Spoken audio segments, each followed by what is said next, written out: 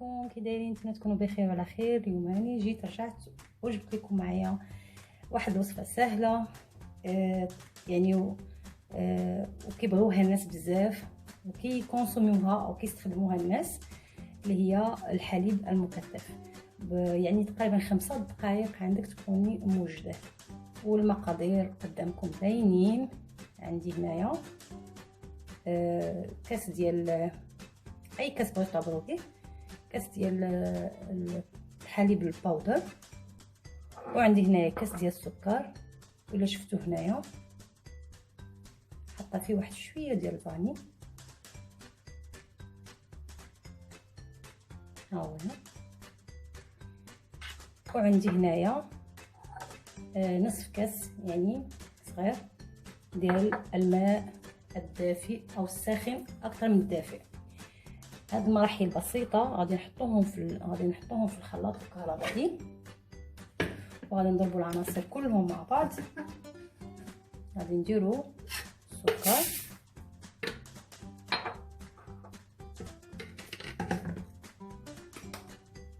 والحليب الباودر. ما غاديش نكبو كله باش نشوفوا يعني القياس ممكن يكون اقل. خليت هنا تقريبا معلقه. غادي نضرب المراحل كلها او هاد الخلطه نضربها ونرجع لكم. ها هو هذا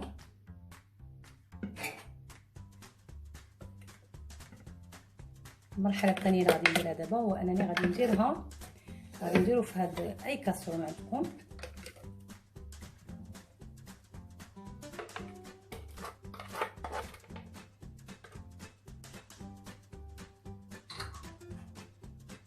نحاول نزل كلشي.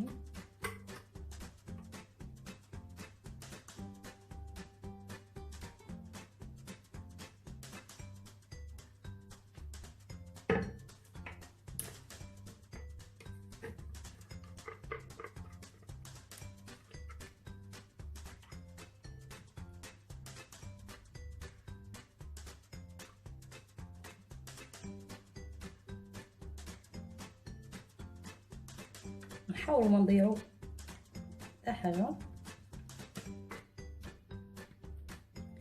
صافي. وغادي نديروه على النار تقريبا دقيقه ونص حتى ل2 دقائق مع التحريك.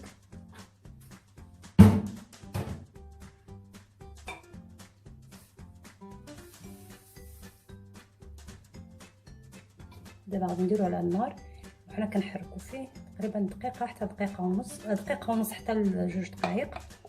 ونحاول وحنا كنحركو يكون النار غير دائر نار مهيله باش ما يسقليناش. هكا غادي نحصلوا على حليب مركز او محلى اللي هو كيتسمى بالنسلي. خلينا على النار تكون مهيله ونحركو الجوانب، تحرك الجوانب باش ما يسقليناش ويتحرق.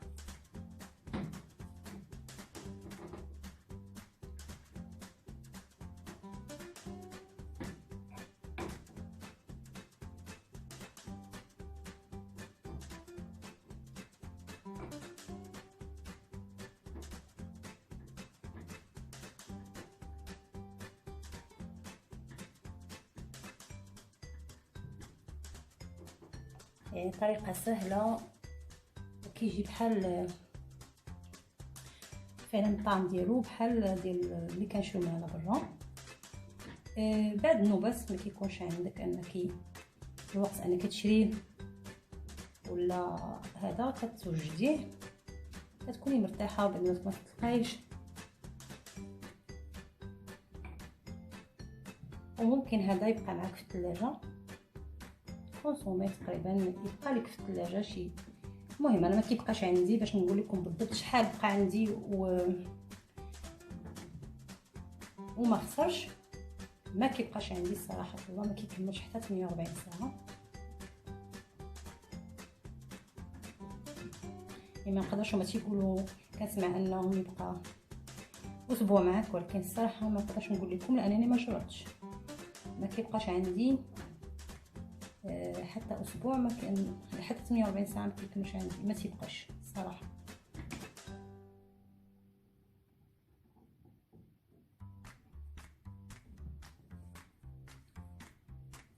حاولوا على هاد الجوانب ما تخليوهاش.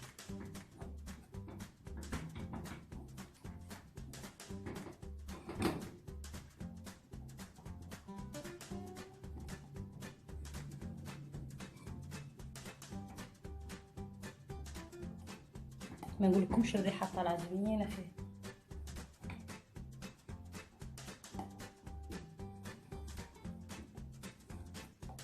صافي احنا هكا وغادي نطفي عليه. هو كيبان بحال هكايا، غير كيبرد كيتجمع دابا. صافي الا سمعتوا ديك الطشه اللي كيطش يعني صافي بركه. الا خليتو اكثر من هكا ممكن يخسر. نطفيو عليه النار. هنايا من بعد ما طفينا عليه النار بقيت تحركي فيه دقيقه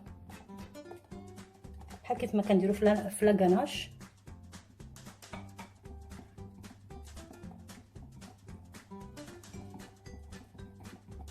انا يعني ما طفيتش هذا الفيديو. علاش؟ حيت كيسولوني تيقولوا لي ما تصدق ليهمش، كنعطيهم مقادير اللي هما قرب مني وما كيصدق ليهمش، ولهذا قلت ندير الفيديو مع انه سهل. قلت ندير الفيديو هكا ما نحرقش المراحل باش تشوفوا يجيكم يعني المقادير مضبوطه والطريقه تكون يعني باينه وواضحه.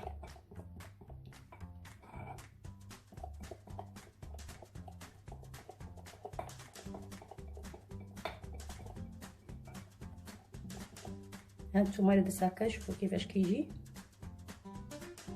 كيعطي لك هذاك كيبين لك الداخل ديال الكاسرول، الارضيه ديالها.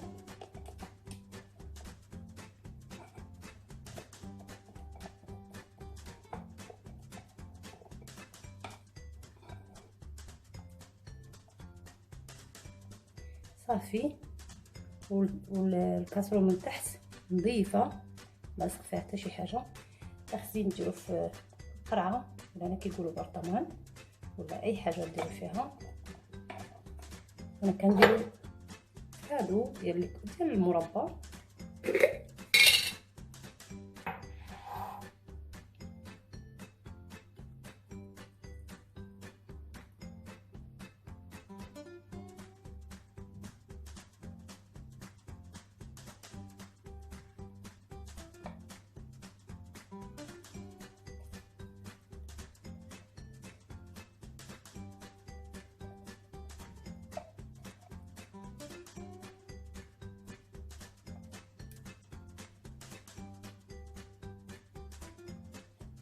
يعني انا استسمح طولت الفيديو، او يعني ممكن ديروا هذا، ولكن انا قلت ندير قدامكم كلشي باش تشوفوا الطريقه باش تصدق معكم. لان كاين كيديروا غير كيطحنوا تيقول هذاك هو النسلي. لا، خاصكم دوزوا على النار واحد دقيقه 2 دقائق هكاك، دقيقه ونص. ما غاديش نغطيه، غنخليه حتى يبرد ومن بعد نرجعوا. يعني هو دابا هكايا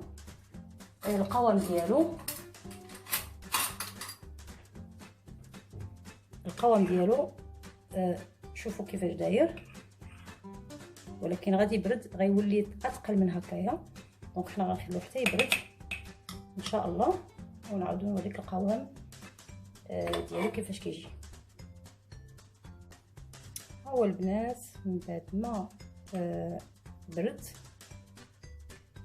شوفوا القوام ديالو. هادشي راه مازال ما تخدوش الثلاجه، خليتو برد غير هنايا.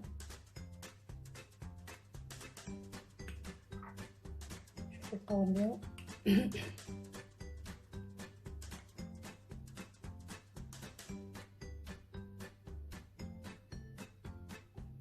وكتحصلوا على كاس كبير من الحليب المكثف. محلى. نتمنى هاد الطريقه تنال اعجابكم. نتمنى انكم تجربوها وتردوا لي التعليق. هذه هي الوصفه ديال اليوم، كانت عباره عن حليب مكثف الطريقه ديالو. هذا ما كان، نتمنى انكم تجربوها فعلا وتردوا لي في التعليق. شكرا للدعم ديالكم، تشجيعاتكم ليا، والى فيديو واحد اخر كنقول لكم السلام عليكم.